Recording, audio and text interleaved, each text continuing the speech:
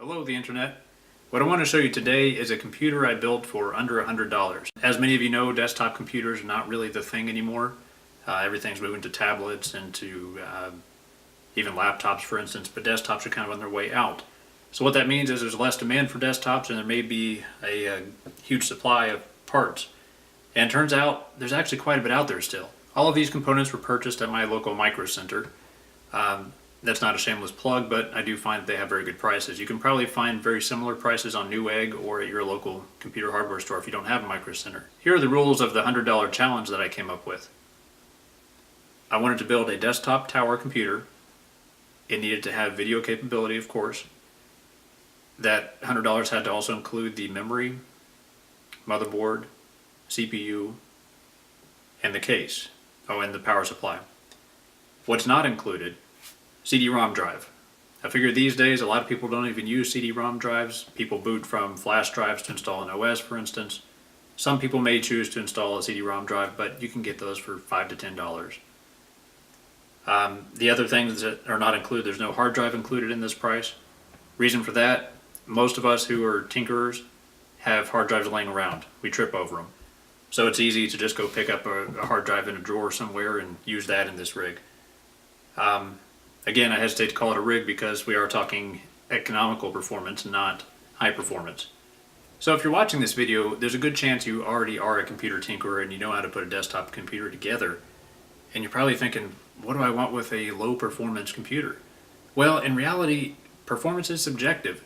For instance, this computer now has better benchmark scores than the computer that I built 2 years ago that was high end at the time. So now I've got a computer that cost me less than $100, and it's an upgrade to my previous computer that cost me over $700. So first, let's look at what this computer is not. This is not a gaming rig. It doesn't have high-power graphics. The graphics are adequate. They're good for video. They're great for 2D games, even some light 3D gaming. You're not going to do a whole lot with high-intensity 3D gaming or high frame rates. But let's look at what this computer is good for. It's great for doing everyday computing. Of course, you can do your web browsing, your email, whatever else you need to do. It's also great as a server for file sharing, for home media center activities. You can plug this directly into your TV and use it as a media center PC. You can also use this as just a standalone number cruncher. For instance, I like to run SETI at home or folding at home or any of those distributed computing applications. And this can do that more than adequately and generate very little heat in the process and almost no noise. Speaking of heat, something that a lot of people in colder climates don't necessarily consider is that computers are great heaters, especially for a small space. So if you've got a room that stays a little bit too chilly and you've got an extra computer laying around, why not fire it up in the wintertime, let it generate some heat for you, and then it can also do some number crunching, doing something useful. Now those of you that are just computer junkies and like tinkering like I do, and you just want an excuse to put a computer together, well, there's another option for these. Even if you don't have an application for this type of computer, go ahead and build one up and then donate it. You could take it to Goodwill or United Way or any of the organizations in your area that will accept new or used computers. Now, a donation like that is not only tax deductible, but it also helps out people in need. All right, enough chatter. Let's get down to the nuts and bolts. Let's take a look inside this guy. So, what you'll notice from the front here, it does not have the most attractive face. It's, well, some might say ugly, but you kind of get what you pay for with some of this stuff. This case was $27.99 with a $10 rebate. So $17.99, and you get a mid-tower case, came with a 400-watt power supply, and that gets us pretty much halfway to our goals for hardware. Now, taking the side panel off here, what you'll see inside is very basic. It looks like we're missing components, but really we're not. We have everything we need here. This is the 400-watt power supply that came with the Diablo Tech case. It's very quiet. Haven't had any trouble with it at all. The motherboard is a Gigabyte H61 variant. H61 is a rather low-end, kind of economical, value-oriented, whatever other adjectives you want to use, type of motherboard. So on this build, I decided to go with 2 gigs of RAM. Again, the goal being to keep our total price under $100. So 2 gigs is more than enough for Windows XP, Windows 7, Ubuntu, you start going into Windows 8, you're going to be pushing it. You probably want to go up to 4 gigs.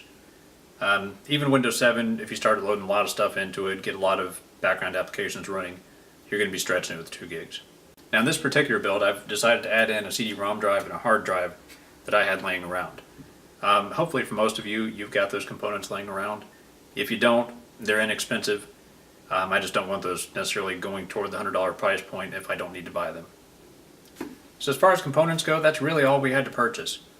Just the case that came with power supply, motherboard, processor, and the RAM. And it's all under $100. I'll list all the model numbers and the prices down in the comments below. I also highly recommend that you look at the spec sheet for the motherboard. It has a lot of features already built in, which is why we can keep our costs so low on this project. You've got Ethernet built in, video, audio. You have 4 SATA ports, 3 PCI slots. So now I'm going to fire it up so you can get an idea of what kind of noise level we're looking at.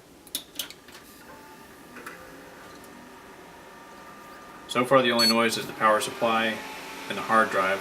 Now the CPU fan is going through a test cycle. Just slowing back down. That right there is really the extent of your everyday noise level. Of course, you put this side panel on, it might reduce it a little bit more. You also notice you've got plenty of expandability here for extra fans if you decided to add a bunch of heat generating components in there. There's also an expandability slot in the back for another fan. So to wrap this up, here we have a desktop tower. For the most part less than $100, although again the CD-ROM drive and the hard drive I did not include. And we have an excellent performer. I'll post the benchmarks in the comments also, and you'll see just how good this computer is at doing a lot of stuff. So for those of you that like a challenge, consider the gauntlet thrown down. See if you can build something that beats the benchmarks of this computer for less than $100. I'm very curious to see what you come up with. I think these sort of value-minded computers can be great for a lot of people out there, especially those people in need. So if you don't have a use for a computer like this yourself, go ahead and build one and give it to charity.